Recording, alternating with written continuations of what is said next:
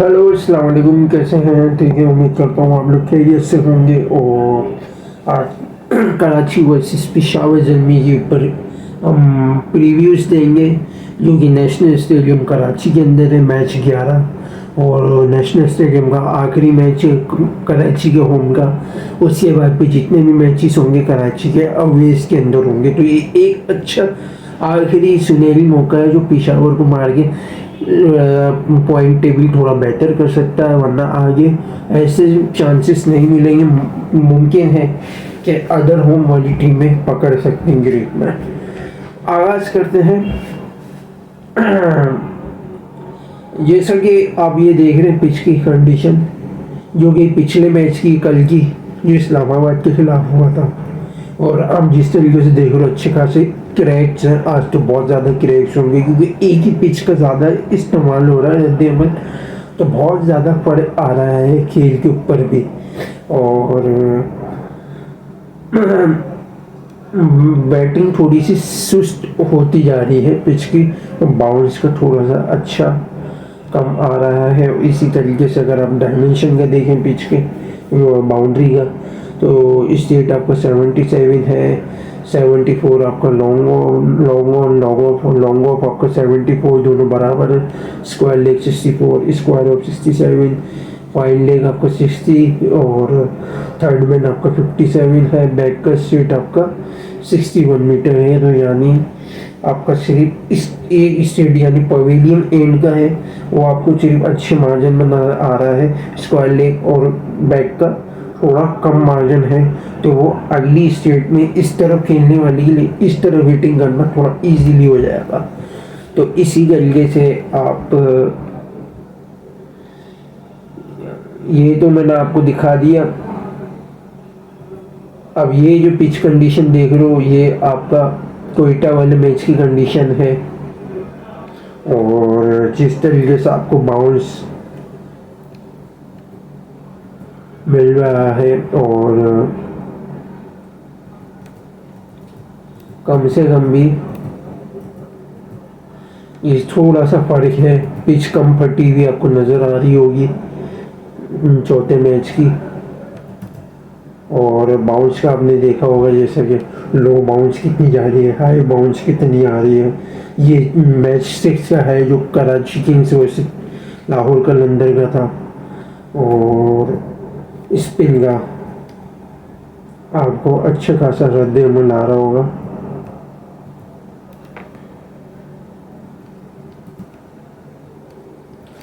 अब ये रिशाद की स्पिन आपको दिख रही होगी, कम से कम भी 4 पॉइंट की टर्निंग डिग्री आपको अच्छी खासी नज़र आ रही होगी। और कराची की जो बॉलर्स है स्पिनर, उनकी 2.9 से लेके सिर्फ 3.1 तक आ रही थी। वजह क्योंकि जो क्रैक्स वगैरह जो पड़े हुए ना, उसी की वजह से थोड़ी अच्छी टर्निंग पॉइंट मिल रही है स्पिन को, वरना अदरवाइज फास्ट बॉलर के लिए थोड़ी सी मुश्किल हो रही है। जो रिवर्स स्विंग वाले बॉलर हैं उनके लिए अच्छी आसानी है यहाँ पे। और ये जो पिच आप देख रहे हो, ये मैच 6 का है, यानी जो पहला मैच हुआ था कराची का उस मुल्तान में, उससे अगले मैच का, यानी लाहौर कलंदर का, ये उसकी कंडीशन है। क्योंकि मुल्तान का जब हुआ था तो अच्छी खासी ग्रीन टेक्सचर की थी और इस तरीके के क्रैक्स नहीं थे। और ये जैसे जैसा कि आप देख रहे हो, इस कैलिबर के मुल्तान की ये वाली पिच थी जो पहले पहले मैच की थी, बिल्कुल फ्रेश पिच। और आप जिस तरीके से देख रहे हो,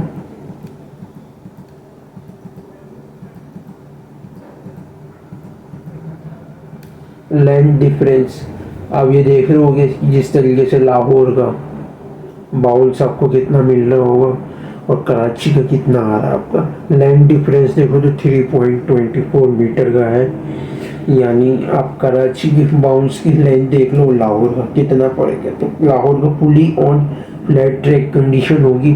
तो अब आ जाए सिचुएशन, अब थोड़ी सी डिफरेंस आती जा रही है पिच थोड़ी सी स्लो होती जा रही है और अब कोशिश करेंगे टीम कि आखिरी मैच में टॉस जीत के यहाँ पे बॉलिंग ली जाए। इसका रीज़न मैं आपको समझा देता हूँ क्यों ली जाए। कि भाई अब जितनी भी ना पिच मुर्दार होती जा रही है, पहली जो पिच होगी ना, क्योंकि देखो हल्की फुल्की आपको ड्यू मिल सकती है, उसका रीज़न पहली में आपको अच्छी खासी हवा की लेंथ में हिलती हुई नज़र आएगी, क्योंकि 31 डिग्री का जैसा आप देख रहे हो वेदर है कराची का। और जब तक मैच चल रहा होगा 9 बजे के अराउंड, यानी आपको कम से कम भी 30 डिग्री तक हो जाएगा, 1-1 डिग्री पर घंटा गिरेगा। और जब तक इनिंग ख़त्म होगी थोड़ा सा, यानी 5% या 6% आपको या 10% भी आप बोल सकते हो ड्यू आपको मिल सकता है। और इजीली, क्योंकि जिस तरीके की पिच है, क्योंकि डेट होती जा रही है, तो अच्छा खासा अराउंड फ़ायदा मिलेगा चेस करने वाले की। और कम से कम अब जो है सिचुएशन वो 150 तक का एवरेज आ सकता है फर्स्ट इनिंग में। 150 तक कोशिश करेगी टीम पैक करने की। और अगर 180 तक का अगर टारगेट पड़ जाता है, उसके लिए भी चेस करना मुश्किल हो जाएगा, उसके लिए भी आज़ाब हो जाएगी ये पिच। वरना अगर 150 के नीचे नीचे या 150 के अंदर अंदर पैक कर लिया तो वो कम से कम चेस कर जाएगी मर मर के। वरना अदरवाइज 180 के गले पड़ जाएंगे। वजह पावर प्ले अगर वो कैच भी कर लेता, 6 ओवर में 60 भी बना लेता, पावर प्ले के बाद स्पिनर पे दिमाग ख़राब करेंगे वो इनके, तो वो इनको निश्तो नाबूद और फना बिल्ला कर देंगे। तो जिसके कारण कराची सॉरी जो भी टीम होगी उसके लिए मुश्किल आएगी। तो 180 अगर आ भी जाएगा तो वो कोशिश करेगी 180 करने की पहली बैटिंग वाली, वरना अदरवाइज चेस करने वाली 150 के नीचे नीचे। तो आगाज़ करते हैं हम इस स्क्वाड के ऊपर। तो कराची का जैसे देख रहे हैं, Seifert, Warner, Vince, Irfan Khan, Niazi, Riazullah होंगे आज लग चुनने में है, खुशदिल, नबी, जमाल, अब्बास, हसन, अली और हमज़ा। रियाजुल्ला भी इमेजिंग में आता है, या मेरे ख्याल से इसकी जगह 7 भी खेल सकते हैं। और मेरे ख्याल से भाई साइफर्ट को बैठाओ, सही है, और 7 बेग को ही खिलाओ, और शान को और विंस से ओपनिंग करवाओ, और शान को वन डाउन रखो, या शान या वार्नर को ओपनिंग पे भेजो, विंस को वन डाउन रखो। कम से कम कुछ तो करेंगे। ये साला नाकारा है साइफर्ट, ये सिर्फ इंटरनेशनल में अपने होम में पंका रही है, बाकी इससे कुछ नहीं होगा। बेकार है, वेस्ट है, मिलबिला वजह तुम खिला रहे हो, वरना फिर जिल्लत तो रिश्वा करवा सकता है। और अगर यही स्क्वाड रखना है 7 बेग वगैरह सब, मेरे हमजा की जगह आप अरफान या निनाज को खिलाओ, थोड़ा बैटिंग का इम्पैक्ट मिल जाएगा, स्पिन का एक ऑप्शन मिल जाएगा पार्ट टाइम में। उसका रीज़न ये है कि अभी जो कंडीशन जो चल रही है पिच की, वो अभी मेरे हमजा को पहले जो मैच था, यानी आपका लाहौर वाला, लाहौर नहीं बल्कि ये तकरीबन आपका किससे कोयटा वाला, तो फिर भी थोड़ा बहुत सपोर्टिव कर गई थी पिच।